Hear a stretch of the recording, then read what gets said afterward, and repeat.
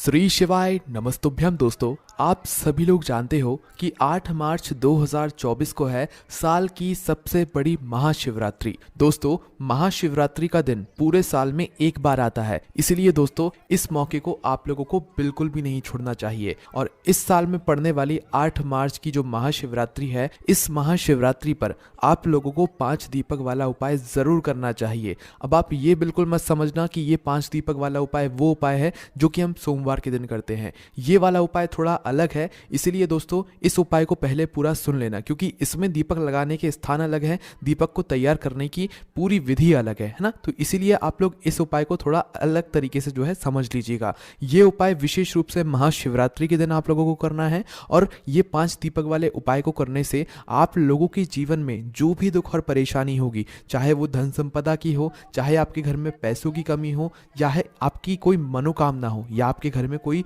भी दुख और परेशानी चल रही हो, तो भाई अपनी सभी प्रकार की मनोकामनाओं के लिए आप यह 5 दीपक वाला उपाय आने वाली 8 मार्च के दिन, शिवरात्रि के दिन, महाशिवरात्रि के दिन कर सकते हो। इस उपाय को करने से दोस्तों आपको बहुत ही जल्दी इस उपाय को करने का फल भी मिलेगा, और बहुत ही बड़ा होकर मिलेगा, क्योंकि भगवान शिव जी का सबसे बड़ा दिन माना जाता है महाशिवरात्रि का दिन, और साल की सबसे बड़ी शिवरात्रि होती है महाशिवरात्रि। इसीलिए इस मौके को आपको अपने हाथ से नहीं जाने देना है, और इस दिन करना है आप लोगों को 5 दीपक वाला उपाय, ताकि आप भगवान शिव जी को प्रसन्न कर सको और वो आपकी मनोकामनाओं को पूर्ण कर दे। तो आइए दोस्तों समझते हैं इस 5 दीपक वाले उपाय को। उससे पहले हम आपको बता दें कि ये वाला उपाय आपको हमारी वेबसाइट भोलेनाथभक्ति.com पर मिल जाएगा, जिसकी लिंक हम आपको डिस्क्रिप्शन में दे देंगे। आप गूगल पर जाकर भी इसे सर्च कर सकते हैं। हमारे व्हाट्सएप चैनल की लिंक भी हम आपको डिस्क्रिप्शन में दे देंगे, वहां से ज्वाइन कर सकते हैं। इस उपाय की जानकारी आपको वहां पर भी मिल जाएगी। तो चलिए अब जानते हैं इस 5 दीपक वाले उपाय को आपको कैसे करना है ना। जैसा कि हमने आपको बताया, ये उपाय थोड़ा अलग है, ये सोमवार के दिन करने वाला 5 दीपक वाले उपाय जैसा नहीं है ना।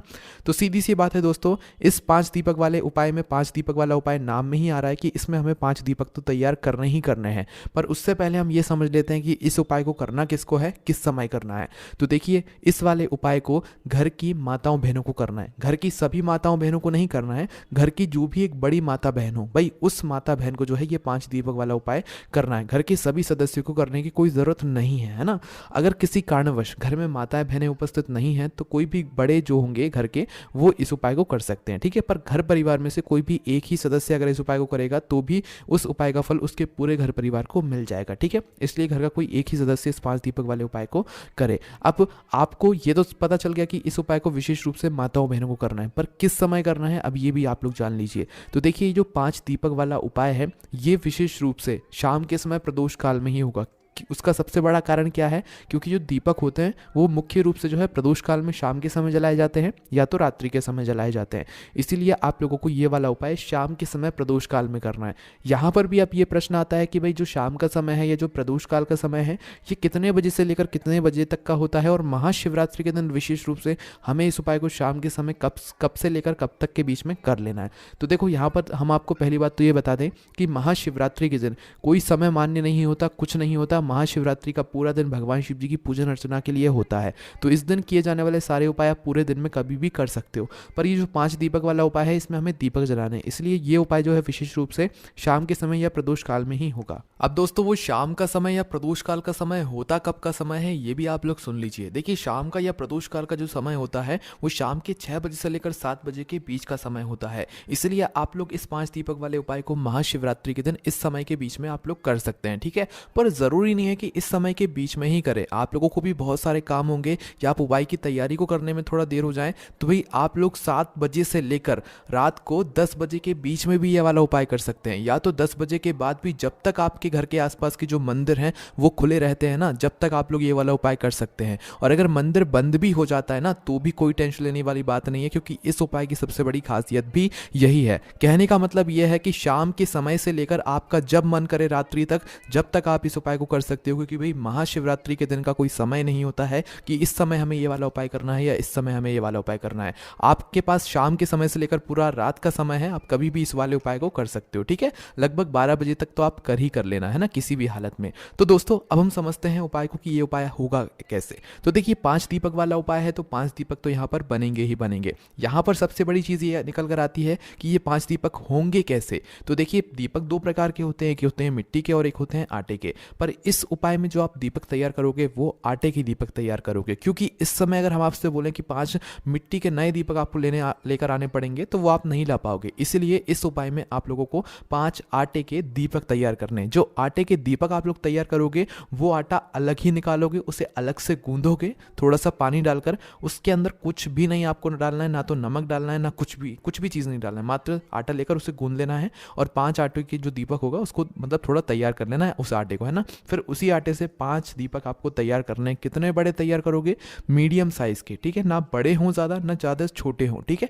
इतने बड़े दीपक तैयार करना कि अगर आप उस दीपक को जलाओ तो वो कुछ समय तक जल सके, है ना। तो ये 5 दीपक जैसे ही आपके तैयार आप कर लेते हो, उसके बाद में आप इन 5 दीपकों को किसी भी एक पूजन वाली थाली में या किसी भी एक पात्र में या किसी भी एक प्लेट के अंदर जमा कर रख लो, क्योंकि 5 दीपक हमें 5 अलग अलग जगहों पर लगाने हैं जो कि हम हाथ में रखकर नहीं लेकर जा सकते हैं ना। तो 5 दीपक आप अपनी पूजन वाली थाली में अच्छे से तैयार करके रख लो। जैसे ही आप अपने 5 दीपकों को तैयार कर लेते हो, पूजन वाली थाली में रख लेते हो, अब इन्हें तैयार करने की बारी आती है कि इसके अंदर हम कौन सी बत्ती रखेंगे, इसके अंदर हम डालेंगे क्या चीज़, वो सुन लो। तो देखो, सबसे पहली चीज़ इसके अंदर जो बत्ती रखाएंगे वो गोल बत्ती रखाएंगे। भगवान शिव जी के उपायों में या भगवान शिव जी की पूजन में हमेशा गोल बत्ती का प्रयोग किया जाता है। और दोस्तों, जो गोल बत्ती आप अपने हाथों से बनाओगे ना, उससे भगवान जी ज़्यादा प्रसन्न होंगे, क्योंकि कई सारे लोग ऐसे होते हैं जो कि बाजार से बनी हुई बत्तियों को लाते हैं और उन्हें फिर दीपकों में रखते हैं और या उनसे फिर उपाय भी करते हैं ना। तो कोशिश किया करो कि आप बाजार से लेकर तो आओ, पर रुई लेकर आओ। उस रुई से आप अपने घर पर आकर प्रतिदिन बत्तियां बनाओ या एक साथ बनाकर रख लो, पर वो आपके हाथों से बनी हुई बत्तियां होनी चाहिए, ठीक है। तो इन बत्तियों का प्रयोग जब आप उपाय में करोगे तो आपको उपाय का ज्यादा फल मिलेगा, ठीक है। बाजार की भी रख सकते हो, कोई दिक्कत वाली बात नहीं, पर जो बात है वो हम आपको बता रहे हैं, है ना।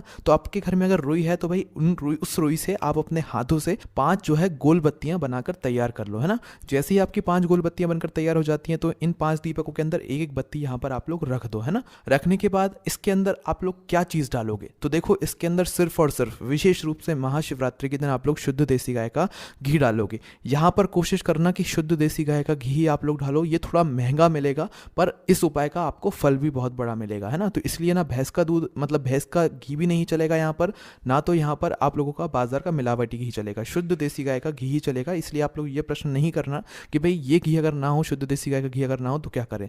तो आप लोगों को शुद्ध देसी गाय का घी बहुत ही ज़्यादा ज़रूरी है इस उपाय को करने के लिए, है ना।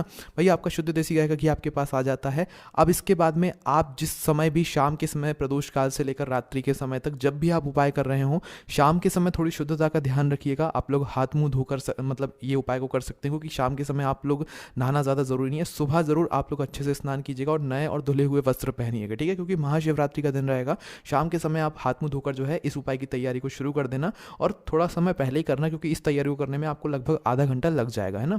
तो भाई उपाय की तैयारी जैसे ही आप लोगों की हो जाती है तो भाई आपको कुछ ध्यान मतलब कुछ बातों का ध्यान यहाँ पर रखना है। ये जो 5 दीपक आपने तैयार किए हैं, ये दीपक जहाँ जहाँ पर भी आप लोग रखने वाले हो वहाँ पर आप लोग या तो कुछ चावल के दाने रखना या कुछ फूल की पंखुड़ियाँ रखना। ये हम आपको बात बता रहे हैं, अगर आपकी मर्जी है तो आप अपने साथ में रख सकते हो। जहाँ जहाँ दीपक रखो वहाँ पहले थोड़े से चावल के दाने या तो फूल की पंखुड़ियाँ रखना, फिर उसके ऊपर ये दीपक रखना।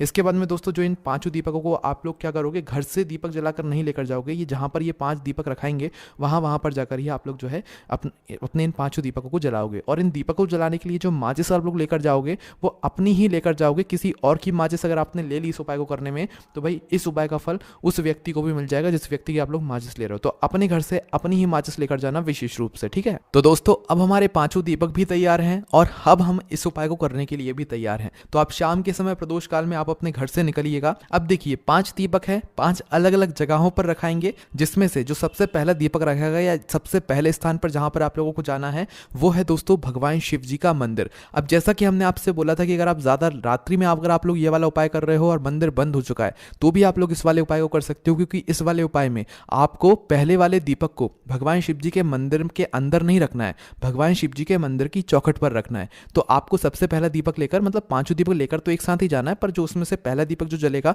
वो भगवान शिव जी की चौखट पर जलेगा। तो आप लोग क्या करना है, अपने घर के पास में जो भी शिव मंदिर हो वहां पर पहुंचना है, वहां पर बैठना है और बैठने के बाद अपना वह पहले नंबर का दीपक जलाना है।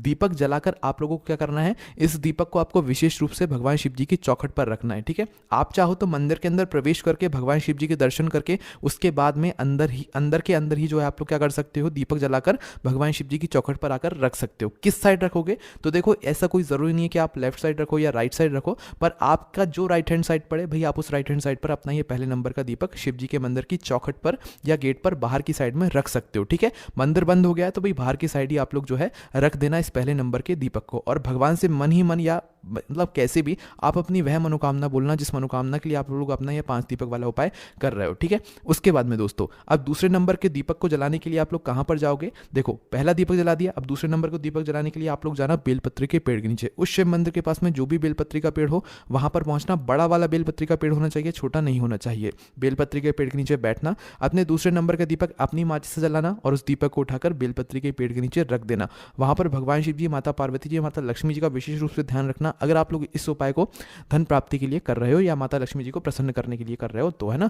दूसरे नंबर का दीपक बेलपत्री के पेड़ के नीचे रखने के बाद तीसरे नंबर का जो दीपक होगा ये आप लोग लेकर जाओगे आंवले के पेड़ के नीचे। ठीक है, आंवले का पेड़ जो भी उस बेलपत्री के पेड़ के पास हो या आपके घर के आसपास जो भी आंवले का पेड़ हो वहां पर आप लोगों को लेकर जाना है तीसरे नंबर का दीपक, और वहां पर बैठकर तीसरे नंबर का दीपक अपनी माचिस से जलाकर उस आंवले के पेड़ के नीचे रख देना और भगवान से प्रार्थना कर लेना है, धूप देकर वहां से उठ जाना है। ठीक है, अब दोस्तों आप लोग ये सवाल मत करना आंवले का पेड़ ना हो तो क्या करें। यहाँ पर आंवले का पेड़ होना जरूरी है। आपके घर से थोड़ा सा दूर हो तो भाई गाड़ी से चले जाना, कैसे भी चले जाना, पर जो है आंवले के पेड़ के नीचे आप तीसरे नंबर का दीपक जला कर आना। ठीक है, अब जो चौथे नंबर का दीपक होगा ना दोस्तों, ये विशेष रूप से ध्यान से सुनना, किसी भी नदी के घाट पर लगेगा। आपके घर के पास में जो भी पवित्र नदी हो भाई वहां पर चले जाना, या तो आपके घर के पास में कोई भी तालाब या सरोवर हो तो भाई उसके घाट पर जाकर ये चौथे नंबर का दीपक जलेगा। इस दीपक को आपको जल के अंदर प्रवाहित नहीं करना है। जैसे नदी है, कोई नदी के पास में कोई घाट बना हुआ होगा, अच्छी जगह होगी भाई वहां पर बैठकर आप लोगों को अपना जो है ये चौथे नंबर का दीपक जलाना है। ठीक है, अगर नदी ना हो तो भाई तालाब होगा, तालाब के घाट, तालाब के पास में कोई अच्छी जगह देखना और वहां पर बैठकर जो है दीपक जला देना।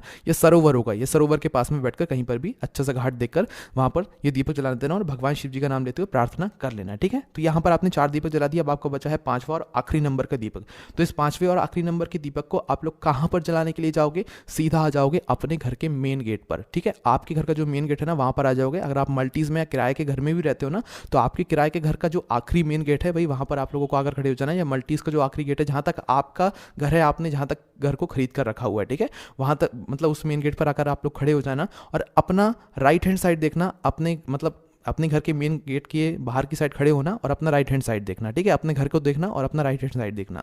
तो अपना सीधे हाथ के तरफ या सीधे हाथ की चौखट पर आप लोगों को अपना ये 5वां या आखिरी नंबर का दीपक बैठकर जलाना है। और इस दीपक को जलाते समय विशेष रूप से अपनी वह मनोकामना बोलना है जिस मनोकामना के लिए आप लोग महाशिवरात्रि के दिन ये 5 दीपक वाला उपाय कर रहे हो। जो मनोकामना आपने पहले दीपक को जलाते समय भगवान शिव जी के मंदिर की चौखट पर बैठकर बोली थी भाई वही मनोकामना आपको वापस से 5वें दीपक को जलाते समय अपने घर के मुख्य द्वार के राइट हैंड साइड पर इस दीपक को जलाते समय भी जरूर बोलना है। बस दोस्तों, जैसे आप अपनी मनोकामना बोलते हो उस दीपक को जलाते हो आखिरी वाले 5वें नंबर के, उसके बाद आप अपने घर के अंदर प्रवेश कर सकते हो, आपका ये वाला उपाय पूरा हो जाता है। इस उपाय को करने के साथ में इस बात का ध्यान रखना कि भाई अपनी माचिस से ही इन सभी दीपकों को जलाना और हर जगह पर जा जाकर ही आप लोगों को एक एक दीपक जलाना है, एक साथ सभी दीपकों को नहीं जलाना है। ठीक है, और जैसे जैसे हमने आपको लाइन से दीपक जलाने के लिए बताया वैसे ही जलाना है। ऐसा ना हो कि पहला दीपक आप लोग अपने घर की चौखट पर रख दें, दूसरा कहीं और रख दें, तीसरा कहीं और रख दें। नहीं, पहला दीपक भगवान शिव जी के मंदिर की चौखट पर रखाएगा, दूसरा बेलपत्री के पेड़ के नीचे, तीसरा आंवले के पेड़ के नीचे। ये पेड़ बड़े होने चाहिए, इस बात का भी ध्यान रखना। चौथे नंबर के दीपक किसी भी नदी बावड़ या तालाब के घाट पर रखाएगा या सरोवर के घाट पर रखाएगा, और 5वां और आखिरी नंबर का दीपक जो है आपके घर के मुख्य द्वार पर रखाएगा। बस दोस्तों, यहाँ पर ये वाला उपाय पूर्ण हो जाता है। इस उपाय को करने के बाद आपकी जो भी मनोकामना होगी वो बहुत ही जल्दी पूर्ण जरूर होगी। आप पूरे मन और विश्वास से इस वाले उपाय को कीजिएगा। हमने आपको इस उपाय को बहुत अच्छे तरीके से समझाया है। बाकी दोस्तों, इस उपाय करने में अगर आपको कोई भी दिक्कत, समस्या, परेशानी आती है तो उसके लिए आप हमारा व्हाट्सएप चैनल ज्वाइन कर सकते हैं, लिंक आपको डिस्क्रिप्शन में मिल जाएगी। हमारी वेबसाइट भोलेनाथभक्ति.com पर भी आपको उपाय पढ़ने के लिए मिल जाएगा। आराम से बैठकर पढ़कर उपाय को समझ सकते हैं। कोई भी समस्या है तो वहीं के वहीं पूछ भी सकते हैं कमेंट्स में, कोई भी परेशानी है कमेंट करके पूछ सकते हैं। ओम नमः शिवाय, जय भोले बाबा, श्री शिवाय, नमस्तुभ्यम।